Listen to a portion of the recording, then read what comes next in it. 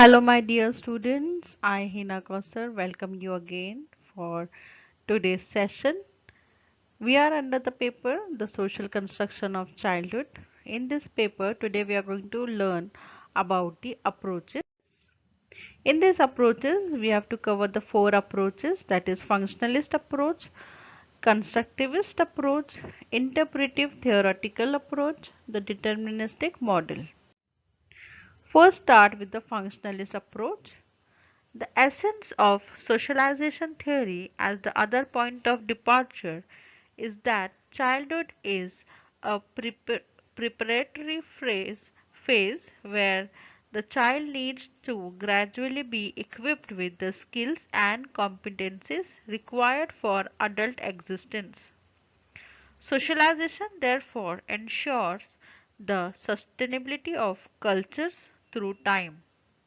In this sense, children are then the key recipient of the process, albeit not as active participants, but as beings who have the potential for being slowly brought into contact with human beings.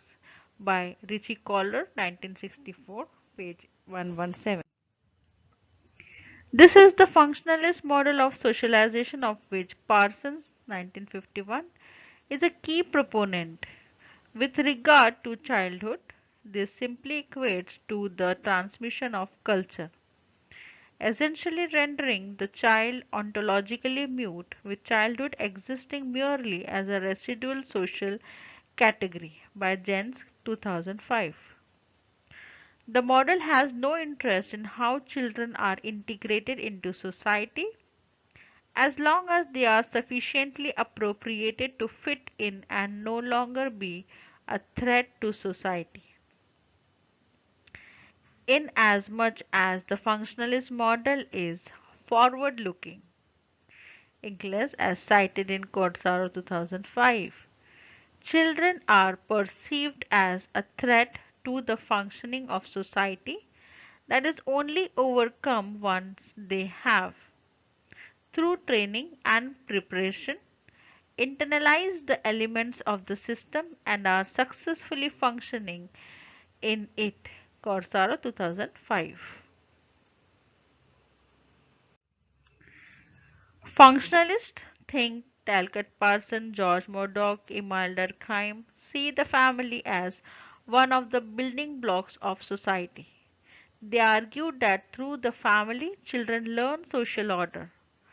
George Murdoch, 1949, compared to the 250 societies and claimed the nuclear family was a universal type. Murdoch argued that one of the main roles of the nuclear family is to socialize future members, that is, children of society. Within the family, children experience primary socialization, which prepares them for integration into wider society. Talcott Parson, functionalist perspective defines childhood is a preparation phase for adulthood, where children are socialized to adopt the norms and values of society. Parsons viewed the family as a key institution for primary socialization, helping to maintain social order by teaching children roles and norms. If children are not socialized effectively, they may struggle to establish what Emile Durkheim called social solidarity. This makes people feel as though they are part of something bigger than themselves. Functionalists ultimately believe the family benefits all of those who comprise it. The family as a unit provides economic, social, and emotional support. Talcott Parsons would argue that one of the main roles of the family was to maintain the health of its members. Therefore, a child within a family could be sure their health issue would be identified, treatment received, and their health prioritized to reduce the likelihood of a health scares in the future. Talcott Parsons' view of socialization, that the functionalist Talcott Parsons in 1944 viewed the family and education system as bridge for socializing children into the dominant norms and values of society. So we'll start now the constructivist approach. A social constructivist framework promote the conception of children as valid social actor, as culture constructing and not culture receiving, and ask one to suspend belief in traditional taken for granted assumption and knowledge system. It places emphasis on diverse perceptions and locations of childhood, foregrounding the social, cultural, and historical variability of childhood, and subsequently disputes traditional approaches that focus on the child's progression through developmental stages and phases. Childhood is thus regarded as an actively negotiated set of social relationships within which the early years of human life are constituted, and not as a life phase characterized by the linear progression from infancy through early and middle childhood to adolescence. James and Prout's in 1990 landmark edited publication Constructing and Reconstructing Childhood and is often referred to as the New Social Studies or Sociology of Childhood. The key features of the new approaches are as follows. Childhood is perceived as a social construction that is providing an interpretive framework for contextualizing the early years of human life. Childhood is a construct of social analysis. Children should be the object of study in their own right. Children should be seen as active social actors responsible for the construction of their own lives. Corsaro identified two models of socialization: constructivism and determinism. Constructivism, which refers to Piagetian and Vygotskian theories, are outlined in the psychological child. The deterministic model consists of two subsidiary models, the functionalist and reproductive. Social constructivism seeks to understand how children and childhood knowledge is constructed, by whom, why, and more substantially, what purpose it would serve. This method is based on various aspects like culture, societies, and at different time periods in history.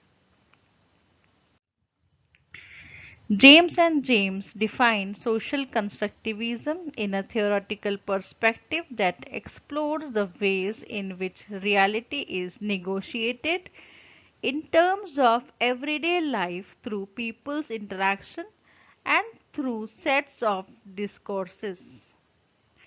A child is often viewed as a being to improve in order to reach the point of perfection, that is, adulthood.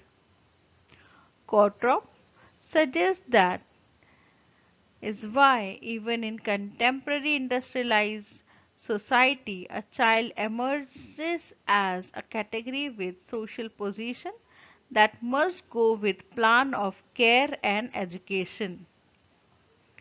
Woodhead states that from social constructivist perspective, development is a discourse within which children are constructed as not yet adult, as in process of becoming rather than person in their own right. Next we'll see the interpretive theoretical. William Corsaro, Interpretive Reproduction. Childhood is a time when children actively participate in and reproduce culture. Corsaro introduced the concept of interpretive reproduction, emphasizing that children are not merely socialized but reinterpret and reshape societal norms through interaction. This new view of childhood as a social phenomenon replaces the traditional notion of socialization with the concept of interpretive reproduction.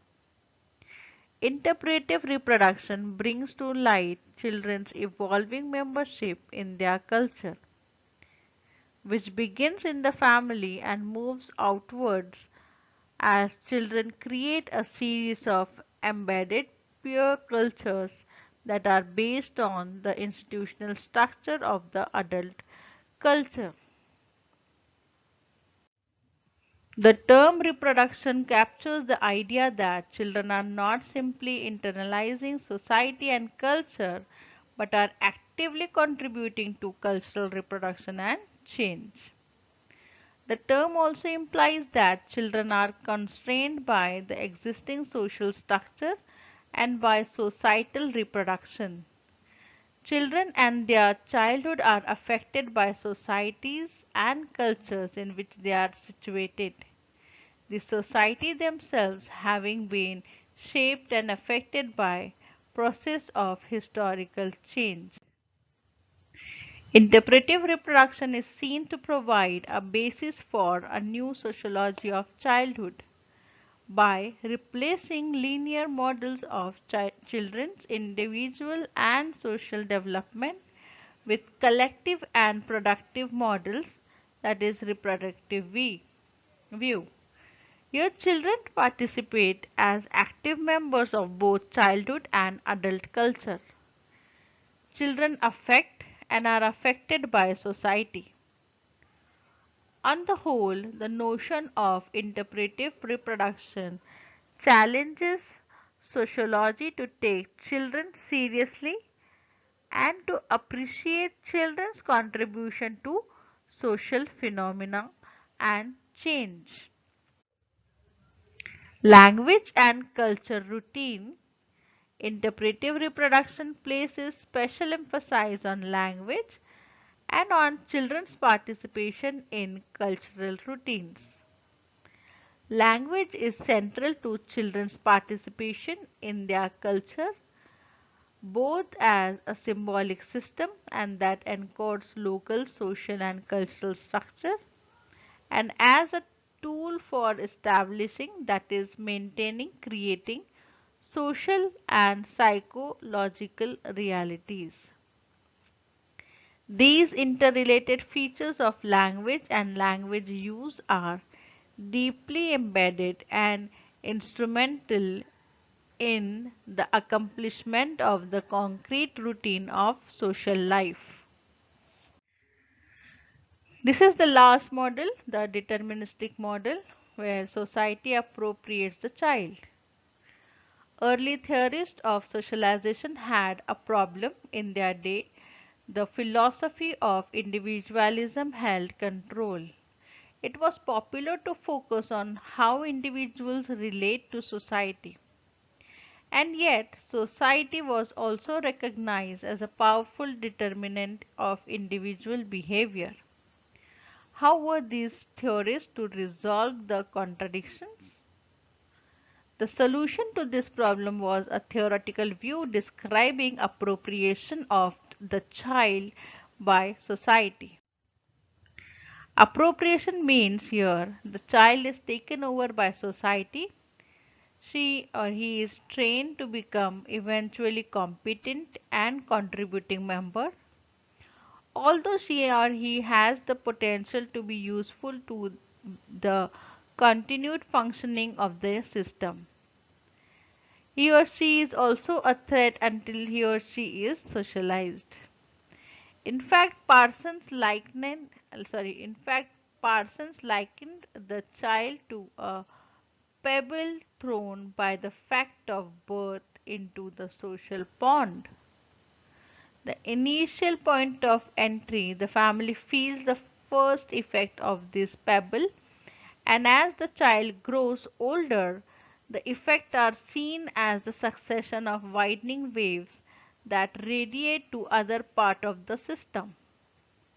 In a cyclical process of dealing with problems and through formal training to accept and follow social norms, the child eventually internalizes the social system. So students, this is all about for today. That is the four approaches.